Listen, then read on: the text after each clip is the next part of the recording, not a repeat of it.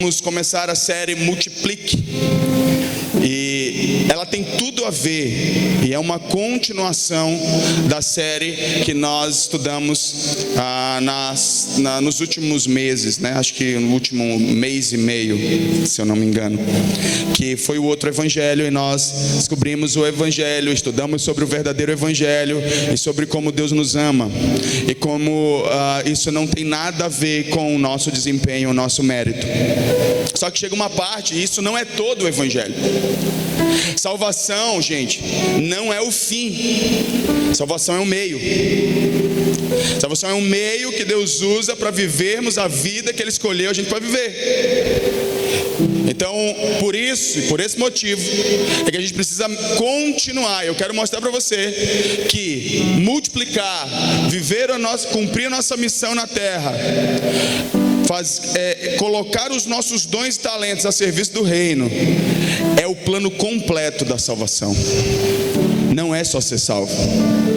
Não é simplesmente, Deus me amou, legal, agora eu vou ficar aqui tranquilamente, guardando minha salvação até o dia que Ele voltar. Não. Se fosse por isso, não faria o menor sentido Ele dizer que a gente nasceu de novo.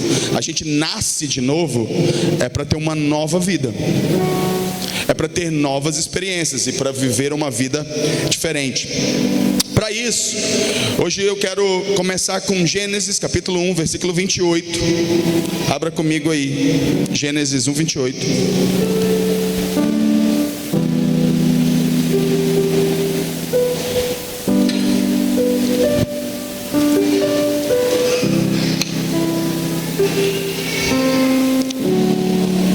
Acharam? Amém.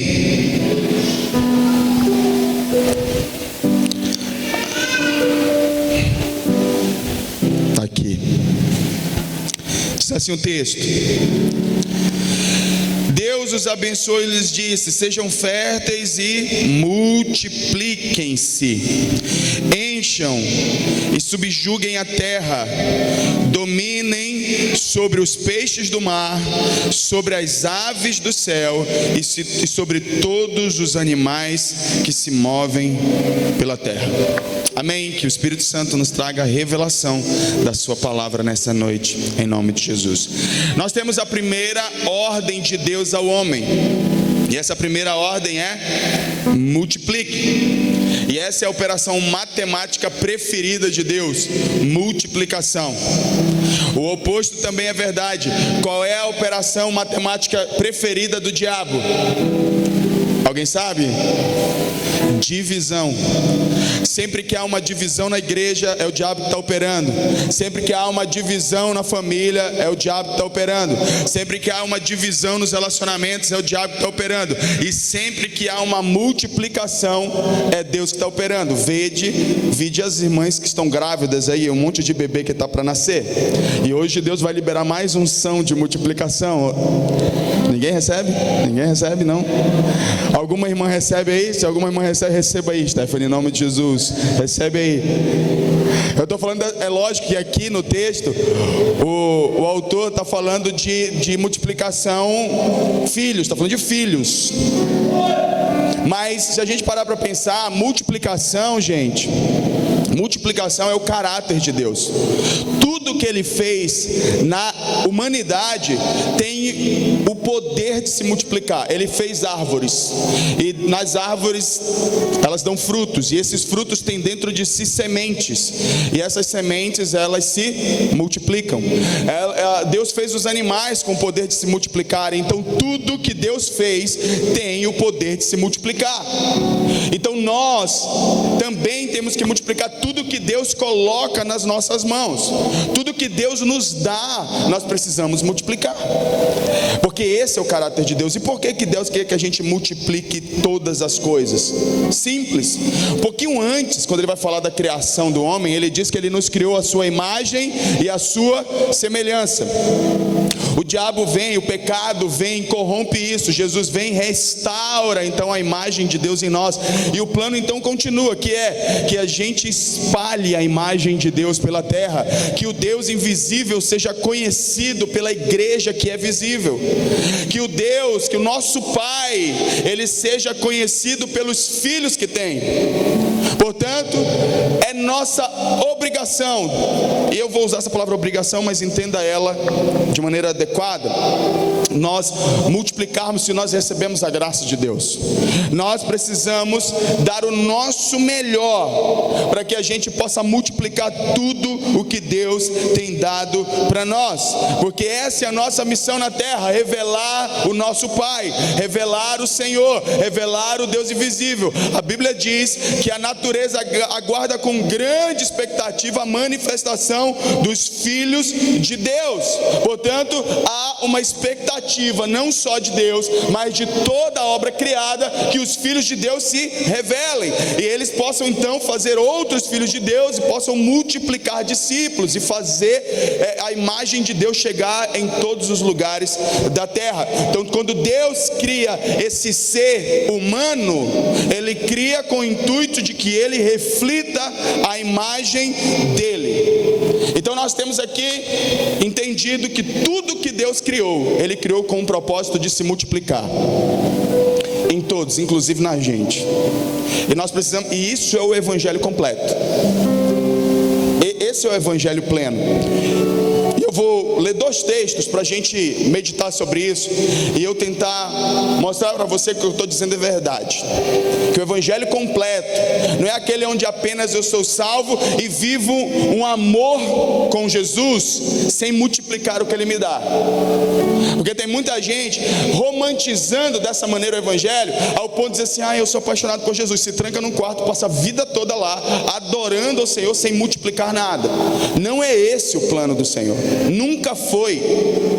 O plano de salvação envolve nos resgatar do pecado quando nós não queríamos e tínhamos uma dívida impagável, colocar o Espírito dele em nós e nos usar e nos enviar para que multipliquemos a imagem dele. Por isso, para mostrar isso, eu quero que você abra aí Mateus capítulo 25.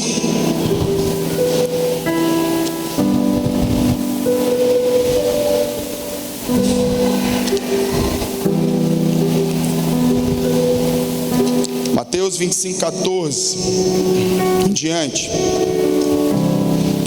Essa parábola de Jesus, nós vamos meditar sobre ela. Ela ilustra muito bem a necessidade que a gente tem de multiplicar as coisas que Deus nos dá. Amém? Todo mundo achou? Diz assim o texto. E também será como um homem. Antes aqui, deixa eu só te dar contexto. Do que Jesus está falando aqui antes? Mateus 24 está falando da volta de Cristo, da segunda vinda de Jesus. Está falando dos sinais dos fins dos tempos. Está falando como é que a terra vai estar, quais são os sinais que Jesus vai voltar para buscar a sua igreja. Enfim, dentro desse contexto da segunda vinda, ele conta essa parábola. Porque ele conta essa parábola, é como se ele estivesse dizendo o seguinte: gente, no final de tudo, a gente vai prestar contas de tudo que a gente recebeu e da vida que a gente viveu aqui na terra. Por isso que é importante meditar sobre isso, entender que salvação não se trata apenas de a gente receber Jesus e ficar a vida toda sentado no banco de uma igreja. Porque na verdade, segundo o texto, corre um grande risco de pessoas que fazem assim perder a salvação, sem nem se darem conta. Só saberão que perdeu no dia que ouvirem isso do seu Senhor. E nós vamos ver isso aqui nesse texto. Então, dentro desse contexto da volta de Jesus, ele diz: e também será como um homem que, ao sair de viagem, chamou seus servos e confiou-lhes os seus bens. Quem é esse homem que saiu de viagem? Jesus é esse homem que subiu aos céus e ele vai voltar para buscar a gente. E quando ele foi, olha o que ele fez. A um ele deu 5 talentos, a outro 2 e a outro 1, a cada um de acordo com a sua capacidade. Em seguida partiu de viagem. O que havia recebido 5 talentos saiu imediatamente, aplicou-os e ganhou mais 5. Também o que tinha 2 talentos ganhou mais 2. Mas o que tinha recebido 1 talento saiu, cavou um buraco no chão e escondeu o dinheiro do seu senhor. Depois de muito tempo, o senhor daqueles servos voltou e acertou contas com eles. O que tinha recebido 5 talentos trouxe outros 5 e disse: o senhor me confiou 5 talentos. Veja, eu ganhei mais 5. O senhor respondeu: muito bem, servo bom e fiel. Você foi fiel no pouco, eu o porei sobre o muito. Venha e participe da alegria do Senhor. Veio também o que tinha recebido 2 talentos e disse: o Senhor me confiou 2 talentos. Veja, eu ganhei mais 2. O Senhor respondeu: muito bem, servo bom e fiel. Você foi fiel no pouco, eu o porei sobre o muito. Venha e participe da alegria do seu Senhor. Por fim, veio o que tinha recebido 1 talento e disse: eu sabia que o Senhor é um homem severo, que colhe onde não plantou e junta onde não semeou. Por isso eu tive medo, saí e escondi o seu talento no chão. Veja, aqui está o que pertence ao Senhor. O Senhor respondeu: servo mau e negligente, você sabia que eu colho onde não plantei e junto onde não semeei? Então você deveria ter confiado o meu dinheiro aos banqueiros, para que quando eu voltasse eu recebesse de volta com juros. Tirem o talento dele e entreguem ao que tem 10, pois a quem tem mais será dado e terá em grande quantidade, mas a quem não tem, até o que tem lhe será tirado. E lancem fora o servo inútil nas trevas, onde haverá choro e ranger de dentes. Sobre essa última afirmação eu lhe pergunto: que lugar é esse que haverá choro e ranger de dentes? A pergunta é retórica, você sabe a resposta. Preste atenção que o final dessa história é alguém fora daquilo que achava que teria acesso. Não porque lhe faltou inicialmente fé em Jesus, mas porque ele não prosseguiu crendo em Jesus. E nessa parábola eu quero destacar algumas coisas para a gente entender hoje. A primeira coisa que a gente precisa entender nessa parábola é que aqui diz que o Senhor deu um talento para esses homens. Talento, gente, não é habilidade, pelo menos aqui nesse texto. Não é aquilo que você faz bem, aqui é dinheiro mesmo. Aqui é uma figura de linguagem. Ele está usando uma figura de linguagem. Ele confiou os seus bens, ele confiou o que ele tinha de melhor. E a pergunta que eu faço para você é: o que foi que o Senhor nos deu? E aí existem muitas coisas que você pode responder no plano físico, mas tem algo fundamental que ele nos deu no plano espiritual, que é a nossa salvação. E olha só o que está escrito em Efésios 2, abre comigo aí, a partir do versículo 8.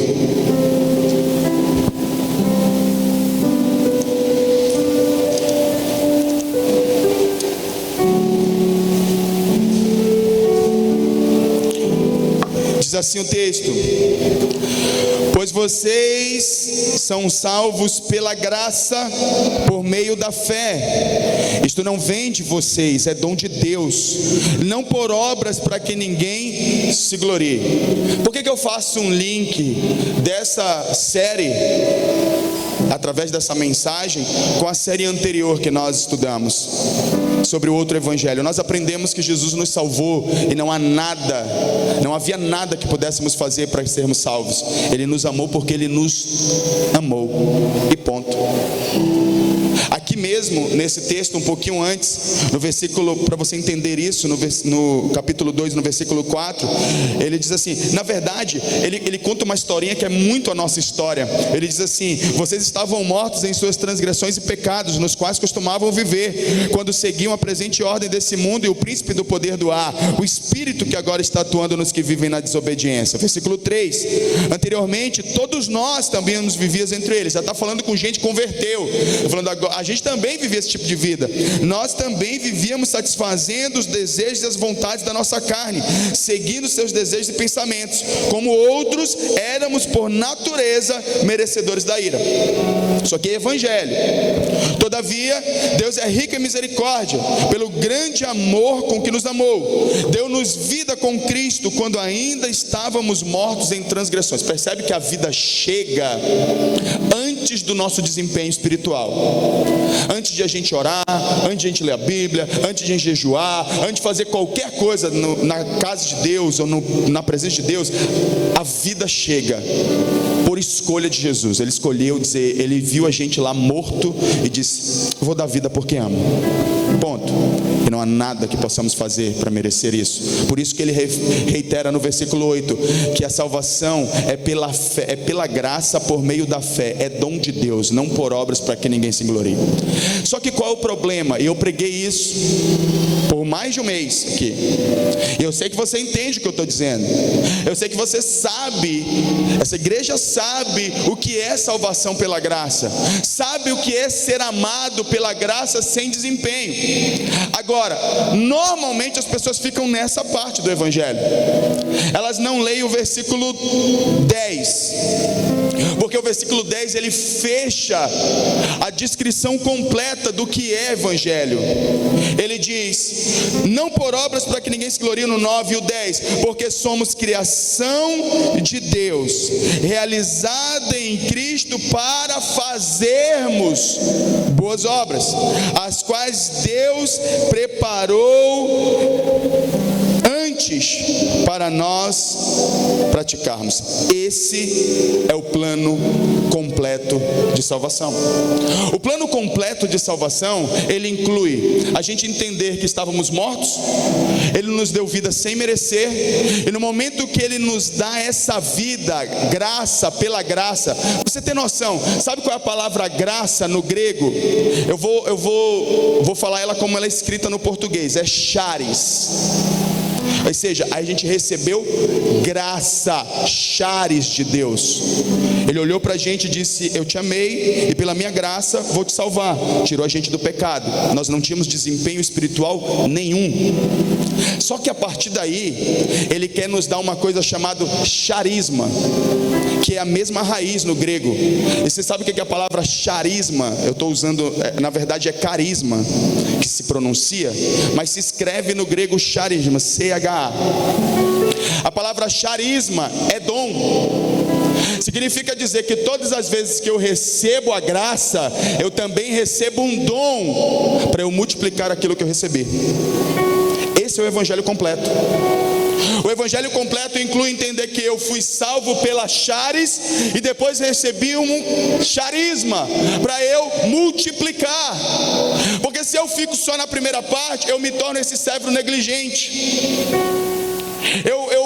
E a gente vai falar dos motivos pelo qual esse servo ele não multiplicou o seu talento, mas a gente precisa começar a entender que se você não entende que você recebeu a graça e essa mesma graça que te salva te empodera, a gente vai viver aí uma vida fora da vontade de Deus, achando que está tudo bem, querendo conquistar coisas aqui, sem cumprir nossa real missão: multiplicar aquilo que Deus nos deu, multiplicar os nossos dons, multiplicar os nossos talentos, multiplicar ganhando discípulos.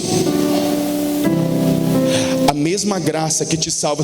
Gente, ou seja, evangelho é o seguinte: não existe uma graça que me salve, mas me deixa na inércia. Não existe. Não existe uma graça que te salva para que você descanse lá na sua casa confortavelmente, sem fazer nada para o Senhor. Essa graça não existe. Essa é uma graça barata, porque a verdadeira graça de Deus, a verdadeira charis de Deus, ela te empodera para que você possa ir e possa multiplicar os dons que Ele te deu. Então, se você pensou que na sua mente você criou o seguinte cenário: Jesus me ama, então eu vou viver esse amor indo para a igreja todo domingo, e na minha casa, e com a minha família, ponto. Você não entendeu o evangelho ainda. Você só pegou a primeira parte, eu estou te entregando a segunda agora. A segunda parte diz que existem obras que Ele preparou para nós, para que andássemos. Ele preparou antes. Sabe por que ele preparou antes? É justamente para que você não precisasse criar essas obras como meio de aceitação. Ele disse: eu te salvei porque te amo, mas eu já tenho um plano para ti aqui, para você andar. Simplesmente me ouça. Simplesmente me obedeça. Siga a direção que eu estou apontando para você. Viva a missão que eu tenho para você. Viva as obras que eu preparei de antemão para você. Então, a gente precisa entender que isso é o evangelho completo. Essa é a primeira coisa. Ele nos deu, lá na parábola do talento, ele deu alguma coisa para aqueles homens, assim como ele nos deu graça e nos deu talento. Nos deu dons para que a gente pudesse multiplicar. O maior indício de que Deus te chamou para multiplicar é que Ele te deu dons. E talvez você já esteja dizendo: eu não tenho dom nenhum. Mentira. Todo mundo aqui tem um dom. Seu problema é que talvez você olhe para o dom dos outros e você queira o dom dos outros e não se conforme com o seu. Mas todo mundo tem um dom. Todo mundo. Nós vamos já falar disso. Nós vamos ler algumas listas de dons aqui para ver se você se encontra hoje em alguma desses dons. A segunda coisa que a gente precisa entender a respeito da parábola de Mateus 25 é que ele chama os servos e divide os talentos, correto? Sim ou não? Tem algum que não recebeu nenhum dom? Sim ou não? Não tem. Isso significa que todo mundo tem dom. Se o seu dom é igual ao do outro que tem 5, isso aí é outra história. Se você não se conforma com o seu dom, é uma outra situação que nós vamos trabalhar para curar o seu coração. Mas o fato é que todo mundo tem um dom. Porque nessa parábola todos os servos ganharam um dom. E aí cada um recebeu conforme a sua capacidade. Você quer aumentar a expansão do seu dom? Melhore a sua capacidade de administrar as coisas de Deus. Quer receber dons maiores? Então você precisa começar a lidar bem com os dons que você já tem. O problema é que você quer coisas grandes sem nem lidar com aquilo que Deus já te deu.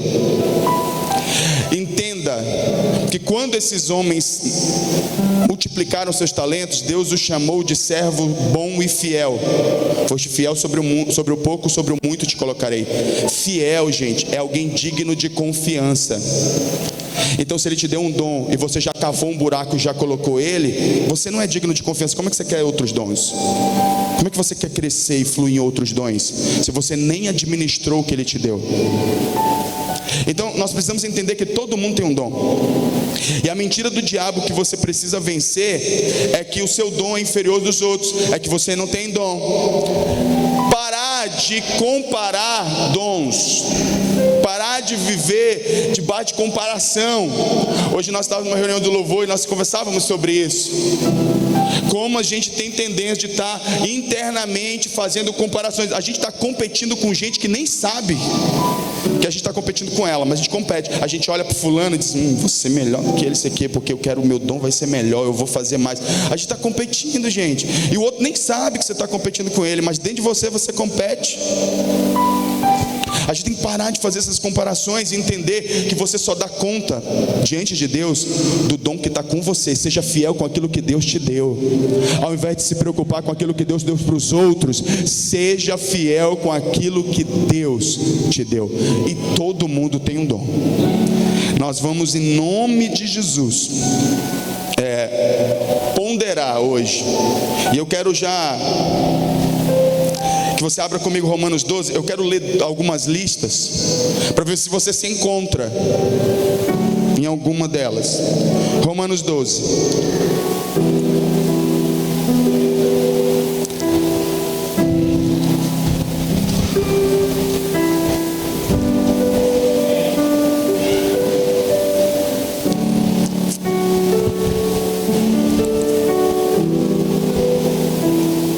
A partir do versículo 4. Quem achou diz amém? Assim, cada um de nós tem um corpo com muitos membros, e esses membros não exercem todos a mesma função. Assim também em Cristo nós, que somos muitos, formamos um corpo, e cada membro está ligado a todos os outros. Temos diferentes dons de acordo com a graça que nos foi dada. Se alguém tem o dom, aí a gente começa aqui a ver os dons. Profetizar. Será que você não é um profeta? Aí... o dom, use na proporção da sua fé.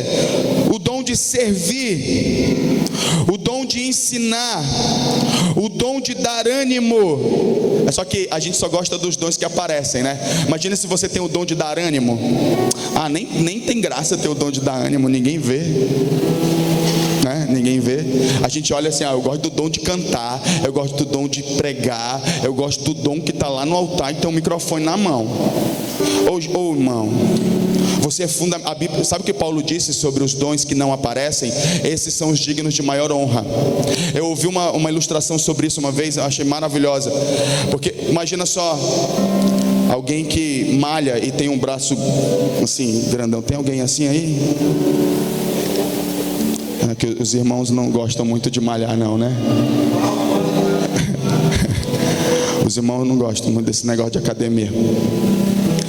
Mas se alguém perde um braço desse bonito, malhado, continua vivendo? Sim ou não? Sim ou não? Continua vivendo. Agora, se perder um fígado, irmão, continua vivendo? Se perder o pâncreas, se perder o coração, continua vivendo? Não. São órgãos que não aparecem, são partes do corpo que não aparecem, mas são vitais. Você sabia, gente, que tem ministério que é, por exemplo, se eu sair daqui e parar de pregar, e um dia, por algum motivo, Deus me tirar desse lugar, essa obra ela pode continuar perfeitamente sem mim. Perfeitamente. Mas não consegue continuar sem os intercessores. Porque uma igreja sem intercessão não se sustenta em pé. Então, existem dons que parecem, que são vistos, e aí é glamourizado demais, mas existem outros dons que são tão importantes, gente, quanto o dom de dar ânimo, né? Fiquei pensando, meu Deus, eu acho que alguém que tem dom de dar ânimo, ele não gosta de ter o dom de dar ânimo, mas cara, é você. Pô, tem gente que a gente senta do lado, a gente sai assim, meu irmão, eu posso. Tem gente que tem uma palavra de vida pra gente, tem outros que a gente senta, a gente sai pior do que chegou. Esse não tem o dom de dar ânimo. Ele tem, se tiver algum tipo de dom inverso, ele deve ter, né? Do desânimo. Tem um cara que tem o dom do desânimo. Você chega lá e diz, ô irmão, tá difícil. Ele começa a chorar mais do que você. Diz, ixi, eu tô pior do que tu. A minha vida tá de droga também. Mas existe aquele cara que está passando por um vendaval, e você chega lá com ele, e ele é capaz de te colocar para cima, mesmo passando por grandes dificuldades. Cara, isso não é um dom. E não é um dom maravilhoso. Maravilhoso. O problema é que ninguém vê, né? Só a pessoa que você ajuda. E às vezes talvez isso te frustre. Tenha prazer no seu dom. Se você administrar esse dom bem, Deus pode te dar outro. Ele pode te fazer crescer nesse processo. Então não vamos continuar lendo a lista de dar ânimo. Eu queria poder falar de cada dom, porque seria legal para ver se você se encontra, mas não vou ter tempo hoje. Aonde foi que eu parei? Dom de dar ânimo. Ou o dom de contribuir, gente. Contribuir é um dom. Sabia disso? É verdade, tem gente que tem um coração tão generoso acima da média. É aquela pessoa que olha e diz assim, não, isso aqui eu vou me responsabilizar. Sem essas pessoas o reino demoraria muito a crescer, a expandir, ao chegar em determinados lugares. Eu já estou orando para que Deus libere algum dom para alguém aí, desse aqui, em nome de Jesus. Aí tem o dom de liderança e o dom de misericórdia. Sabe, são dons fenomenais. Tem outra lista, a Bíblia tem várias listas. 1 Coríntios 12, abre aí.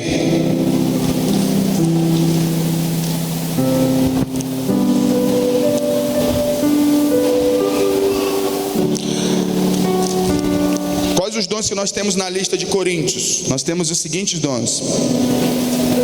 A partir do versículo 7. A cada um, porém, é dada a manifestação do Espírito. É um dom. A outro dada palavra de sabedoria, é um outro dom. Tem gente que, nossa, tem uma palavra sábia. O outro tem uma palavra de conhecimento, é um outro dom. O outro tem o dom de cura. O dom de cura todo mundo gosta. Isso aí eu queria o dom de cura, porque aparece, né? Todo mundo vai sair dizendo, fulano orou por mim, fui curado. Fica famoso. Você percebe? Vou abrir um parênteses aqui. Primeiro, a Bíblia diz que os dons de Deus são irrevogáveis. A maneira que a gente administra o dom é responsabilidade nossa. E no final das contas, no final de tudo, nós vamos prestar conta.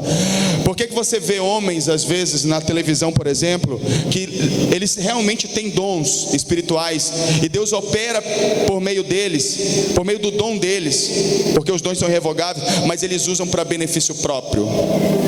Eles vão prestar conta um dia disso. Que às vezes fica, será que é verdade? Bom, esse cara está querendo ganhar dinheiro. É verdade, ele passou a usar o dom dele em benefício próprio. Jesus nunca fez isso. Marcos capítulo 4, ele está com fome, ele olha um pão lá, e aí o Satanás diz o que para ele? Se tu és o filho de Deus, transforma pedras em pães. Usa o teu dom, o teu poder para transformar, para satisfazer tua fome. Ele disse, nem só de pão viverá o homem, mas de toda palavra que procede da boca de Deus. Ele se nega a usar o dom dele em benefício próprio. Entretanto, lá na frente, quando ele está com os discípulos, tem 5.000 pessoas precisando comer. Aí ele faz aparecer pãozinho, porque o dom é para servir os outros, não a gente. Entende? Então, se você se questiona como é que alguém tem o dom de curar e usa isso para ganhar dinheiro, é porque é possível isso acontecer. Só que no dia do juízo final, que nós vamos prestar conta do nosso dom, aí é que o bicho vai pegar. Então não se escandalize, nem se incomode com o que os outros estão fazendo com seus dons. Se preocupe com o que você está fazendo com o seu. Isso é mais importante. Se preocupe com o que você está fazendo com o seu dom. Vamos lá. Dom de curar, dom de operar milagres. Aqui repete o dom de profecia. O versículo 10, tá? Eu estou só lendo os dons, eu não estou lendo o versículo todo. O dom de discernimento de espíritos, o dom de variedade de línguas. Outro tem o dom de interpretar as línguas. Todas elas são manifestações do Espírito. Lá no versículo 28, ele ainda coloca mais alguns dons. Ele, assim na igreja, Deus estabeleceu primeiramente apóstolos, em segundo profetas. Esses aqui são os ministérios. 29. Peraí, cadê? 28. Assim na igreja. Mestres, depois realizam milagres. Aqui tem o dom de curar de novo, ele repete. Tem o dom de prestar ajuda. Ele acrescenta na lista o dom de prestar ajuda. Isso é um dom também. E também ele acrescenta o dom de governo. São mais 2 dons que ele adianta, que ele acrescenta nas listas. Qual é o seu dom? O fato é que todos nós temos um desses dons. O grande problema, como eu disse, talvez você não aceite, mas eu espero que nessa noite o Senhor te convença a aceitar o seu dom. Agora, uma coisa que a gente deve ponderar, gente, aqui, voltando para a parábola: de quem são os dons? De quem? De quem? De Deus. Não são seus, não são meus. Isso deveria nos gerar 2 coisas. Primeiro, temor. Quando você esconde o seu dom, o dom que você tem, você não está escondendo o seu dom, você está escondendo o dom de Deus. Isso deveria gerar temor no seu coração, para que você não ficasse cavando buracos e colocando aquilo que Deus te entregou na sua mão, e depois vai dar desculpa para Ele, porque isso vai dar ruim para você. Vai dar ruim. Você deveria crer no Senhor. Deveria crer que se Ele te deu esse dom, é porque Ele sabe que você tem condições de multiplicá-lo. Você tem condições de exercê-lo. Então, se você está enterrando o seu dom, lembre, o dom não é seu. Você está enterrando o dom de Deus. E um dia você vai ter que prestar conta disso. Uma segunda coisa é que nós devemos lembrar: se o dom não é seu, o mérito também não. Então você não deveria se orgulhar por aquilo que Deus faz através de você. E hoje nós estávamos conversando também sobre isso com um grupo de louvor, porque se tem um grupo que sofre com a tentação de se engrandecer com seus dons, é a pessoa que está no altar. Gente, às vezes a gente fica preocupado, né? A gente fica assim, eu queria ter o dom do fulano. Mas gente, para e pensa. A quem muito é dado, muito será cobrado. O nível de responsabilidade também cresce. Às vezes você não quer ter responsabilidade com um dom pequeno, o que dirá com um dom maior? Então aprenda a lidar com o seu dom primeiro. Multiplique o seu dom, coloque ele à disposição do Senhor.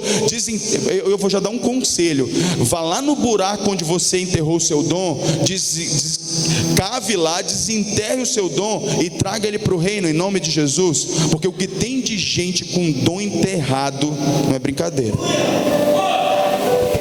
Não é brincadeira. Vai lá, tu lembra onde enterrou? É lógico que eu estou fazendo uma brincadeira. Mas eu quero dizer, tu lembra o episódio que fez você enterrar o seu dom? É porque falaram de mim. Meu irmão, desenterra o teu dom lá naquele dia, perdoa quem falou de ti e volta a obedecer o Senhor, volta para o centro da vontade de Deus. É porque as pessoas me rejeitaram. Não interessa, vai lá, perdoa. Jesus foi o mais rejeitado entre os homens, diz as Escrituras. Nem por isso deixou de cumprir o seu propósito e a sua missão, que era nos salvar. Então, se te rejeitaram, não importa, vai lá, desenterra o teu dom do buraco da rejeição e vem usar o teu dom para o reino, em nome de Jesus. Porque isso é evangelho, gente. Isso é evangelho. Você não pode querer só parte do evangelho, você tem que querer ele todo. Quando Deus, voltando para Mateus, quando ele fala de dar aos bens, ele está usando a figura do mordomo. Por isso que a gente não pode achar que o dom é nosso. Quem sabe o que é um mordomo? Levanta a mão aí, só para saber. Maravilha, porque quem não sabe, mordomo é um empregado, é tipo um governante da casa. Ele tem acesso a tudo, mas nada é dele. Ele anda na limusine, ele dirige a limusine, mas não é dele. Ele abre a geladeira da casa do dono, ele abre, ele come tudo que está lá, mas não é dele. Ele usa tudo o que o dono dele tem. Ele tem acesso a tudo, mas nada é dele. Essa é a figura para a gente. A gente vai usar de tudo que é do Senhor aqui nessa terra, do melhor. Se quiseres e me ouvires, comerei o melhor dessa terra. Mas entenda, nada é nosso, tudo é dele. Nós somos mordomos. Então nós precisamos aprender a administrar. Se nós somos mordomos e nada é nosso, significa dizer que um dia nós vamos ter que nos apresentar e prestar contas daquilo que Deus nos deu. E isso deveria gerar temor. E ao invés de ficar usando os nossos dons para nos promover, ou ficar usando os nossos dons, ou esconder os nossos dons, nós devemos colocar o nosso dom a serviço do outro, porque o nosso dom é para o outro. Sabe que maravilha? Olha que maravilha. O que você precisa não está em você. E o que o outro precisa não está nele, está em você. Olha que louco, Deus fez de propósito. Se você pudesse dar a solução para todas as coisas na sua vida, você era a pessoa mais arrogante dessa face da terra. Não tendo, já é. Imagine se tivesse. Então, é bem provável que aquilo que eu preciso esteja em vocês. Através do dom de vocês exercido, eu serei abençoado. E talvez muita coisa que vocês precisam está comigo, porque Deus deu para mim. E assim, a gente é uma família que aprende a se amar e a eliminar as diferenças e entender que cada um tem sua função no reino. Esse é o plano de Deus. E só assim a gente manifesta o Senhor. Precisamos então colocar o nosso dom à disposição do Senhor. Quando a prestação de conta veio, o que aquele servo disse? Bota aí na tela que eu quero ler na tela, Mateus 24. Deixa eu ver qual é o versículo aqui.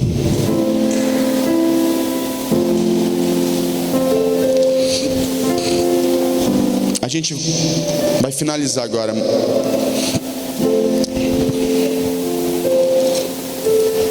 Aí Jesus vai voltar. Amém? Vocês creem que Jesus vai voltar? Jesus vai voltar. E aí nós vamos ter que prestar conta. E assim como ele veio, Mateus 24, versículo 24, a partir do 24. Por fim, veio que tinha recebido um talento e disse: eu sabia que o Senhor é um homem severo, que colhe onde não plantou e junta onde não semeou. Por isso tive medo e saí e escondi o seu talento no chão. Veja aqui está o que pertence ao Senhor. Por que esse homem não multiplicou? Talvez sejam os mesmos motivos pelos quais nós não multiplicamos os nossos dons. Primeiro, uma visão distorcida de Deus. Eu sabia que o Senhor era um servo mau e severo. Ele olhava para Deus como um homem mau. Ele olhava para o seu Senhor como alguém severo. Eu passei um mês pregando sobre o outro evangelho para desconstruir essa imagem de Deus no seu coração, caso você tivesse ela. De que Deus é um homem mau e que está doido para punir você. Não, Ele é um Pai amoroso que te resgatou quando você estava todo sujo no pecado. Então Ele não é um homem mau. E porque a gente acha que Ele é um homem mau, a gente acha que se a gente fizer alguma coisa errada, Ele vai nos reprovar. Então, como a gente não quer ser reprovado, a gente esconde o nosso dom. Talvez você esteja escondendo o seu dom porque você tem uma visão distorcida de Deus. Mas tem uma segunda coisa que talvez seja mais comum, que é sentir o medo. A maioria das pessoas tem medo de multiplicar o seu dom. Medo é autopreservação. É esse instinto primitivo que você tem de se preservar. Mas sabe qual é o problema do medo? É que ele faz você acreditar que não perder já está de bom tamanho. Eu não preciso nem vencer na vida, basta que eu não perca. E aí você fica aí parado e não conquista absolutamente nada na tua história. Tem tanto medo de perder e de falhar que a tua vontade de vencer na vida já desapareceu. Sabe o que isso vai fazer com os crentes? Com um crente que tem tanto medo de perder a salvação, que vai acabar perdendo. Gente, me diz o que esse cara ficou fazendo desde o dia em que recebeu do seu Senhor um presente, e o Senhor disse: quando eu voltar eu quero contas. Ele ficou fazendo o que, gente? O tempo todo sendo consumido pelo medo. E se eu falhar? E se eu não conseguir? E se não der certo? E se? Sofrendo com ansiedade, morrendo de medo de fazer alguma coisa para o Senhor. Gente, eu vou te falar uma coisa para você. Eu sempre digo isso nessa igreja. Quando Deus te chama, Ele não está testando tuas habilidades, Ele está testando tua fé, tua obediência. Então você até quando vai viver escravo do medo, conformado em não perder, que você não consegue mais vencer em nada, não dá um passo, não sai de onde está.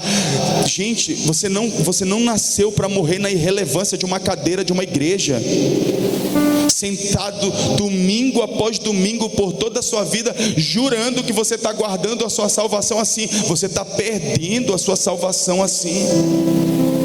Foi o que aconteceu com esse servo. Ele achou que disse: não, eu vou manter como está. Você recebe um presente, você diz: vou manter como está, vou guardar e vou manter como está. E aí você é salvo e diz: bom, vou manter como está, né? Eu vou ficar salvo, vou ler minha Bíblia em casa, eu vou vir para a igreja todo domingo religiosamente, e não faz absolutamente nada para o Senhor, não se arrisca, não vai colocar o seu dom à disposição, não faz nada. Você vai perder aquilo que você acha que você está preservando. Abre o olho, desperta, ó tu que dormes. Você está perdendo a oportunidade de você ser um instrumento na mão do Senhor. E o pior, está perdendo aquilo que você acha que você está guardando. Aquele que quiser salvar a sua vida perderá, mas aquele que perder a sua vida, esse a salvará.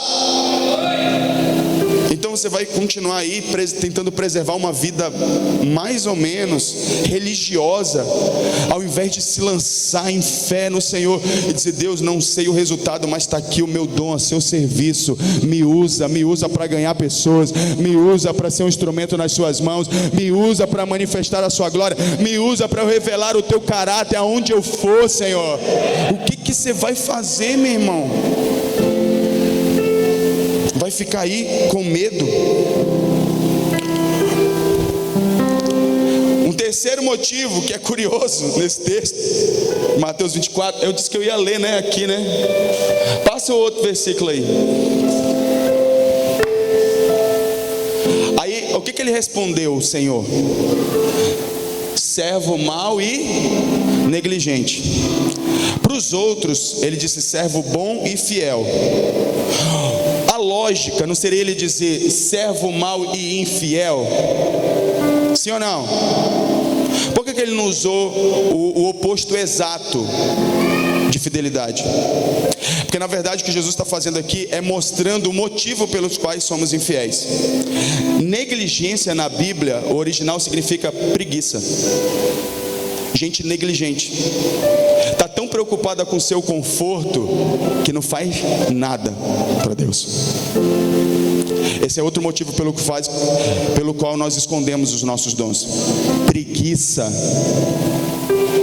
Gente, eu nunca vi geração tão preguiçosa que não consegue fazer nada. Deixa eu falar uma coisa para você: Deus não dá nada para quem não estiver ocupado, para quem não estiver fazendo alguma coisa.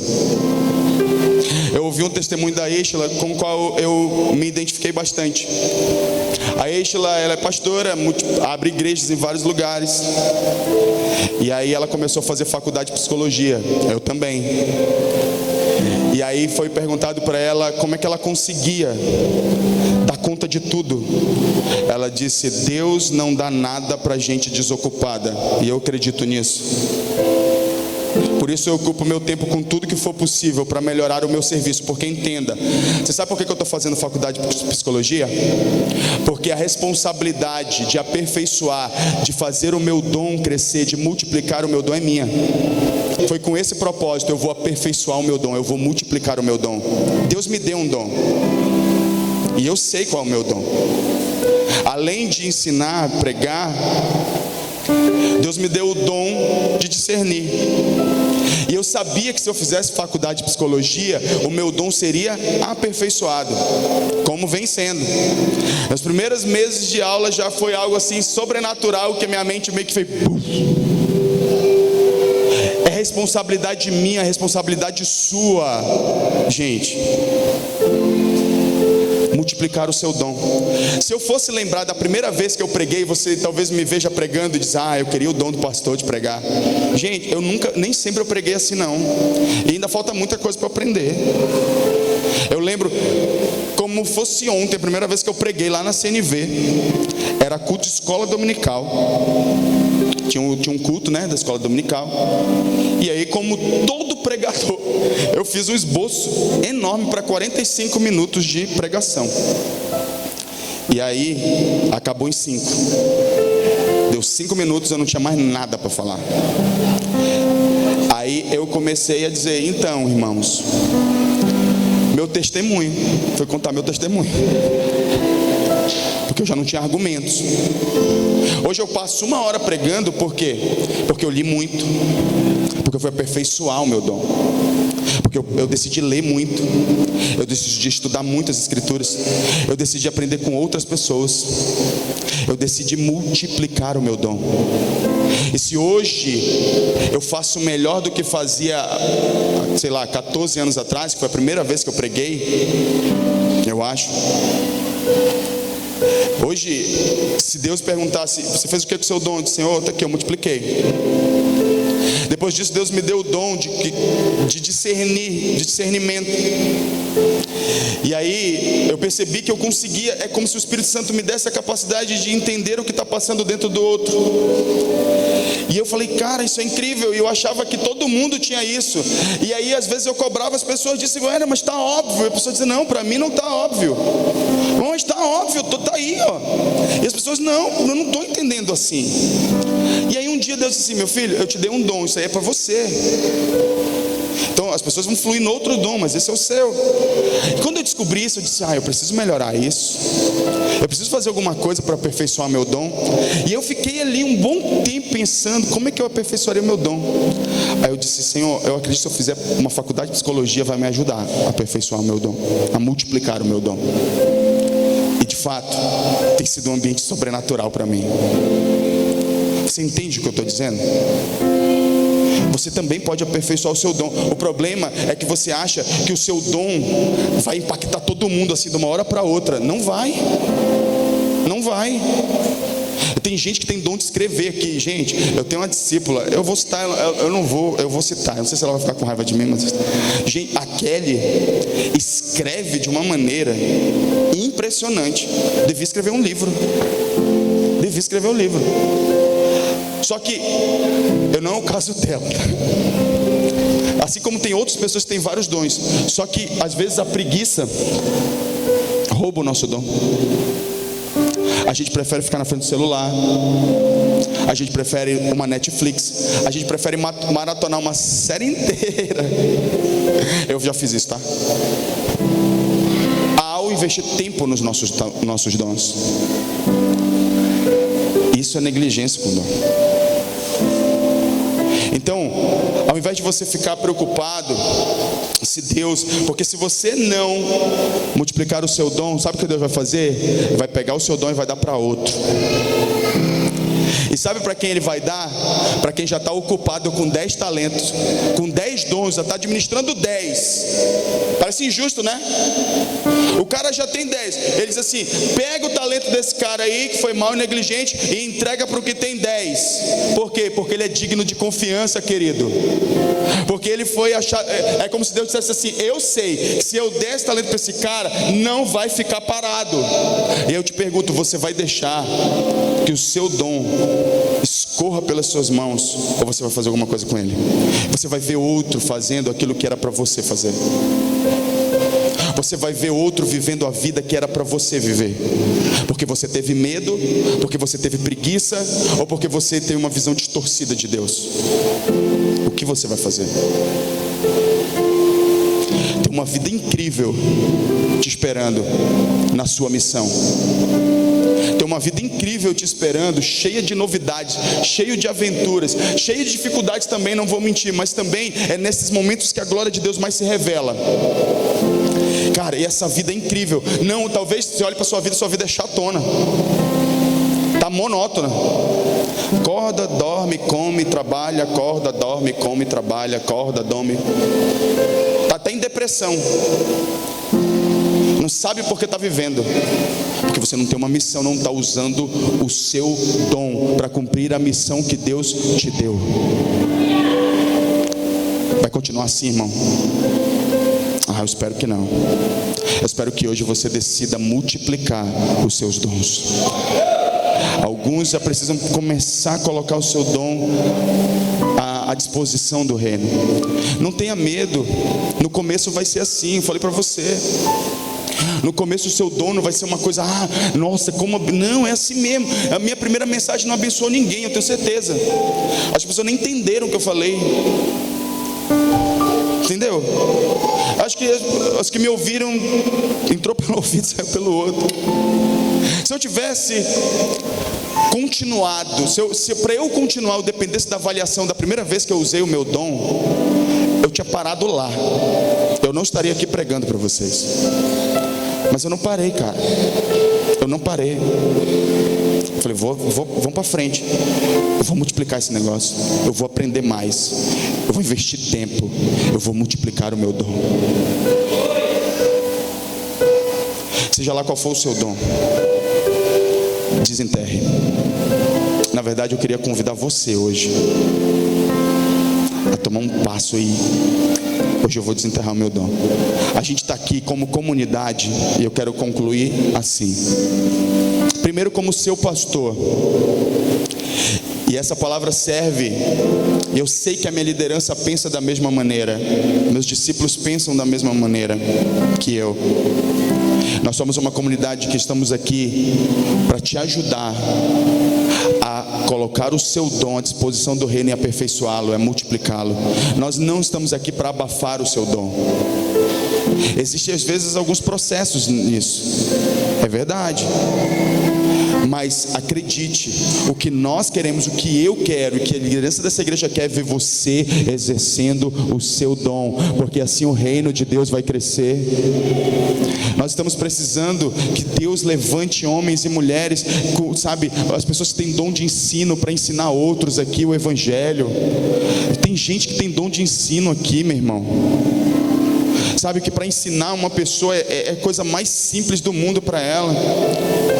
Tem gente que tem o dom de dar ânimo, que poderia estar visitando as pessoas e ministrando uma palavra de vida porque você tem esse dom, mas não, você está fazendo outras coisas, está na frente da Netflix, está com preguiça, está com medo de ser rejeitado. Sabe qual é o maior remédio para a rejeição? É aceitá-la. O maior remédio para a rejeição é aceitar a rejeição, querido. É aceitar o fato que Jesus foi rejeitado, você também vai ser, porque enquanto você fugir da rejeição, você nunca vai vencer ela. Você tem que absorver a rejeição. Você tem que deixar que ela venha, só não deixa ela grudar na tua alma e dizer assim: eu sei que eu sou aceito. Aplica o evangelho à sua alma quando você estiver com medo de rejeição. Como é que é isso, pastor? Aplicar o evangelho à sua alma é todas as vezes que você for fazer alguma coisa, que você for rejeitado, você relembra: eu sou amado por Jesus. Aquela pessoa me rejeitou, mas Jesus me ama, Ele me ama, eu sei que Ele me escolheu. Se Jesus foi rejeitado, eu também serei. Então eu não vou parar por causa disso, porque Ele não parou, porque Ele é o meu exemplo. Ninguém foi. Eu te garanto uma coisa: você jamais será mais rejeitado que Jesus. Jamais. Jamais. E se Ele não parou, você também não vai parar, porque você é filho dele. Fica de pé em nome de Jesus.